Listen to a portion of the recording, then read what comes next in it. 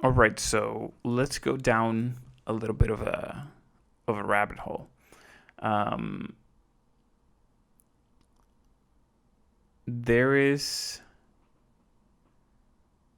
shit. I don't know. I don't even know how to start this. Um, I don't know how many of you are familiar with the topic of channeling, but the way in which I think it is most known is that essentially one person um, becomes a sort of vessel for the voice of an entity. And I use entity as a sort of like pick up pick all or general description, because who the heck knows like where these things are, or if this is actually just another human being somewhere else or whatever it is. But essentially one person is an entity is speaking through the vocal cords of some other person, of a person that we can relate as a person here. Um, and so I think one of the most known is Bashar. There's another one called Seth that I think I'm a little bit more familiar with than Bashar. And so Seth, for example, was channeled by Jane Roberts. And um, wow, there's now that I think about that, there's one that I saw in a documentary, which is I don't remember the name of the lady, but she channels the Pleiadian Collective. I think it's the name that they call themselves, which is kind of interesting because then it puts the idea out there that not only could a person channel the information or the voice or the thoughts of one other entity, but it could channel maybe like the voice or of a series of entities, or in a sense, it almost sounds like it's some kind of like council, in a sense that it's this group of maybe like-minded beings or individuals or whatever it is that they are coming through this person's voice. So part of the reason that I find this topic really interesting, I really enjoy like jumping into sort of like the fringes of just shit that's going on in this world, just interesting stuff that's happening. That we live in a world in which you know people are so many people are going into a job and they're doing like this 9 to 5, and that's basically like their whole lives.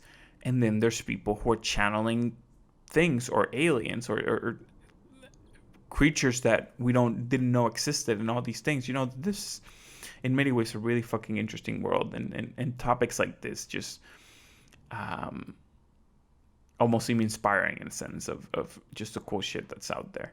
Um, but it puts, even if you don't believe in it, or even if it doesn't make sense to you, it creates a very interesting idea in which um, it puts into question, in a sense, like when we're talking, who is it that is talking? Um, how do we know that it is truly who we are that is talking? Because um, we we've been through the experience of we say shit and then we're like, why the fuck did why would I say that?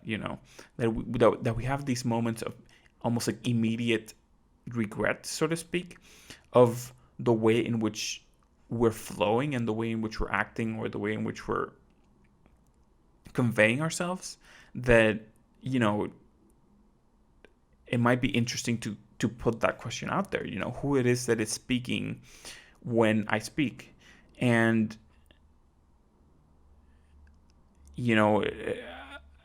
a particular way of slicing that is, if we are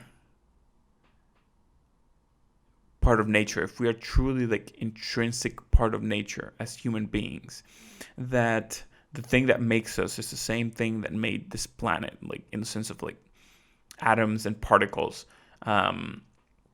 the thing that composes this planet is the same thing that composes us, and that composes our beautiful pets, and that composes the stars and the rest of the other planets and the asteroids and everything that there is, that somehow we're all made of this stew of the same thing, then would that not mean that to some degree we're all channeling the voice of the universe, that all of the things and the flowers and the trees and the everything that we have in nature is a sort of manifestation, or a channel by which nature has chosen to manifest itself, or to try itself out, and try new things.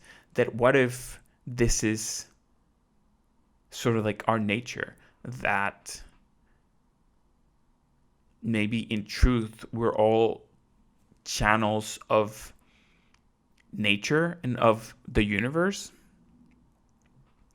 And so people doing stuff like this that might seem pretty out there are just channeling an aspect of the universe that, much like us, has defined a name for themselves.